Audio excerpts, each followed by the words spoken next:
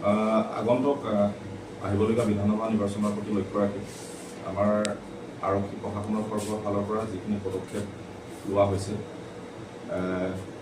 আমাৰ বিশেষকৈ কাৰ্বি আংলং পুলিচ আৰু বিশেষকৈ মোৰ থানা দহমকা থানাৰ পুলিচৰ তৰফৰ পৰা আপোনালোকে দেখা পাইছে যে আমাৰ ইতিমধ্যে আমাৰ থানাৰ এলেকাত ৰাজস্থান পুলিচৰ এটা ইলেকশ্যনৰ ডিউটিৰ কাৰণে আমাৰ দল এটা আহি উপস্থিত হৈছিল আৰু তেখেতলোকৰ সহযোগত লগতে আমাৰ থানাৰ ষ্টাফৰ সহযোগত আমি যাতে নিৰ্বাচনত বাধা আৰোপ কৰিব পৰা কোনো ধৰণৰ সামগ্ৰী কোনো লোকে যাতে ট্ৰান্সপৰ্ট কৰিব নোৱাৰে সেই কাৰণে আমাৰ 24 ঘণ্টা থানাৰ সন্মুখত নাকা লগোৱা হৈছে। থানাৰ সন্মুখৰ লগতেও অন্যান্য ঠাইতো আমি নাকা ছেটআপ কৰা হৈছে।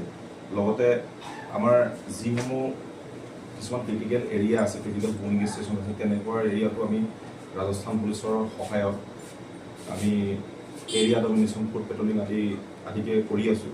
গতিকে আশা কৰিছোঁ যাতে আগন্তুক আহিবলগীয়া বিধানসভা নিৰ্বাচন শান্তিপূৰ্ণভাৱে যায়। লগতে এই ক্ষেত্ৰত আমাৰ দহমকা থানাৰ এৰিয়াৰ যি জনগণ আছে সকলোৰে সহায় সহযোগিতা কামনা কৰিছোঁ।